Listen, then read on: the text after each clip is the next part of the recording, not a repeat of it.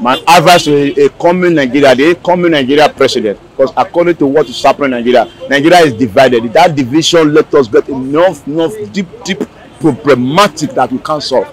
So the first advice is, if you let Nigeria together, let Nigeria be one. West side, east coast, everybody, let us be one first. Then we now know what is going to happen. But when there is division in the house can never be compromised. That's what I've seen. The first problem is that. They will not issue the rest. So according to what I'm seeing now, we need a new face that will enlighten all Nigeria to be one. Because according to what you see happen now, the APC, the PDP, the Labour Party, if you see their faces will have been seen. But only that Labour Party that is the youth debating for, because the youth are angry. The generality of Nigeria youth is hungry on the poor. They are trying to make everything vagabond with everybody. They are not going to listen, so you have to unite them first. Let them say Nigeria is one of brother. Nigeria is green, white, grey. Nigeria was one yesterday. When Nigeria was one yesterday, Nigeria was not like this. When the division now came, we now scatter. Everybody now jaga. Everybody now run. Police they call them and they cough. Confusion everywhere now. So we have to abolish that situation first and let us be one before we move forward. Without one, go forward. And you, the new president that is coming, I will pray there will be peace and peaceful election come next month, February 25. Thank you for having me. Martin is the name. I think my advice will be centered on the immediate challenges facing the country. One, we have never been this polarized. I mean Nigeria. If you look at Nigeria the way it is today, Nigeria has been polarized along ethnicity, along religion. So the first advice is for the incoming government to bring everybody together. Then secondly, the issue of insecurity. You see, Nigeria is facing multiple challenges when it comes to insecurity. Look how it is happening in the north central, northeast. It is insecurity everywhere. Look at the train attack. So it has to be that the government need to have monopoly of coercive power, and not just having it, exercise it and decimate terrorists, bandits, kidnappers. And if you move away from there, we need to advise the government on the area of the economy. Because you look at the bane of our problem currently, it has to do with the fact that we are not producing. Nigeria is import dependent. Go and look at Nigeria during 1980. Naira was more than $1. Naira was more than $1. That was because Nigeria was productive. So Nigeria the coming government need to move Nigeria from consumption to production. If you look at the eras of that 1980s, we were virtually producing everything. Even the automobile we are using, like the Peugeot, they were being assembled here. So jobs were created. The era of pyramid, the era of palm oil, the era of cocoa. So we need to bring those things back, because any economy that is built on agriculture is more sustainable than what we have currently. So, and the incoming government should look at how possible to diversify the economy, not just to agriculture, but to some other areas. Look at our steel. The incoming government should look at the steel, because if you develop our steel, it will even give money more than the oil. So the incoming government should look at the value chain that comes from the steel and invest in it. Quite agree, the challenge of our steel is an international politics, but we need a government that will have the willpower to challenge that those powers that be at the international level and make our steel work. Because if our steel works, we'll capture African market. So the incoming government should look on how to leverage on steel to create wealth in Nigeria. Like, you know, all sorts of politicians will come and give you juicy things that even they themselves cannot give back to the society. Imagine in 2015, a man telling you, why you told us he will make ₦1 equivalent to $1. Is that possible? He said every year he would give over 3 million Nigerian youths jobs every year. He said he will create 3 million jobs every year. Today now, we cannot even see 1/4 of the jobs. You can see how our economy is from 2015 till date. So on this note, to tell Nigerians, see, vote wisely.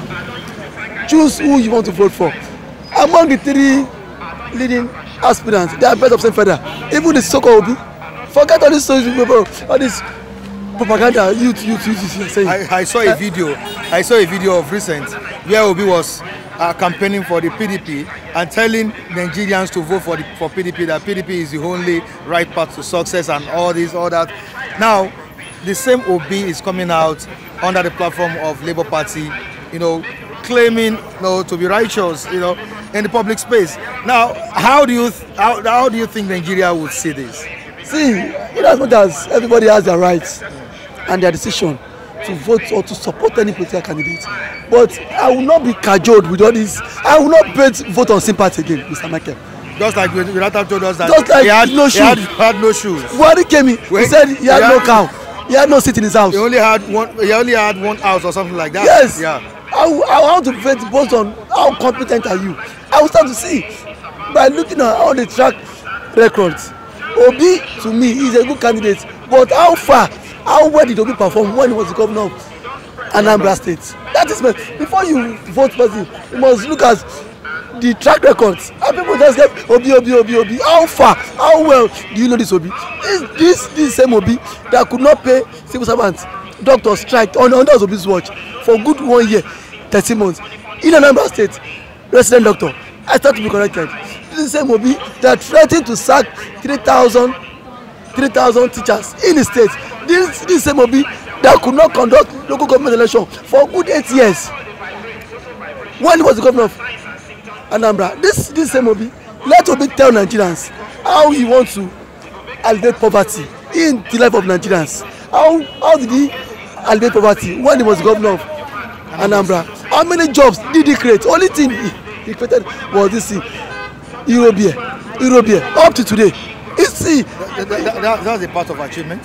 See, Euro beer, fine, it's part of it, but It's a company. People, when he was the governor of, and people were employed. When he was the governor of Anambra State, a senator told him that what he achieved was this Euro beer for people to get drunk and then kidnap people. So kudos to him that he is an achievement, but I feel there is more to it. How many investors did he woo to the states? How many investors did he woo to the states? But he left some amount of money No, in the purse of the. My brother, no thinking person will tell me you left large amount. Now tell me, didn't you embark on projects? It shows Obi did not do anything. If he did not embark on projects, tell me you claim he left 75 billion amount. Now tell me, now in the space of 8 years, what project did Obi embark? I serve in Anambra State. I am not saying Obi is not good, but let Nigerians choose whoever they want to choose. Among the 3 devils, 1 devil would become the president because there are 3 devils. Nobody. If Showore had this popularity, Obi had, I would carry him on his head. This is a man that has not had any public office. This is a man that has challenged government, but not the same set of people. Today, the camp will come and start telling me Obi. This same Obi, this is the same Obi that used the state to use Anambra money and then invested in cash and carry.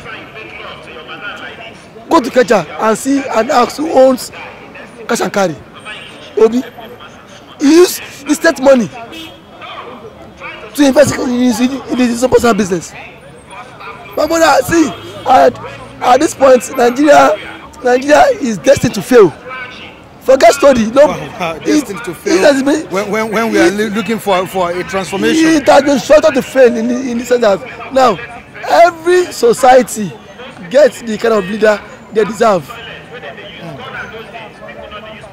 Go to the streets and pick somebody on the streets, make him out of rep. His own aim is to loot, not to serve. That's for his own selfish interest. That is it. Even if you don't steal, people in your community will tell you where ìgbà tó ṣe house of rep ṣe bó lóò jowó èsì ó wá padà ó wá rúpa. They will always lay like force on you that when he was in power, did you steal? So every leader would go there to steal so as to certify his constituency. So that is the structure of what Nigerian politics. Telling you one man is saint, one man is righteous. My brother, there is no saint in politics. Now one thing is, the only person that is tackling all the issues so far is still Obi.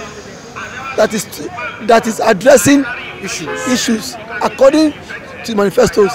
How you want to revamp power, how you want to create jobs. And I hope all these things he has been addressing will be implemented. It will not be implemented. It's not in this country.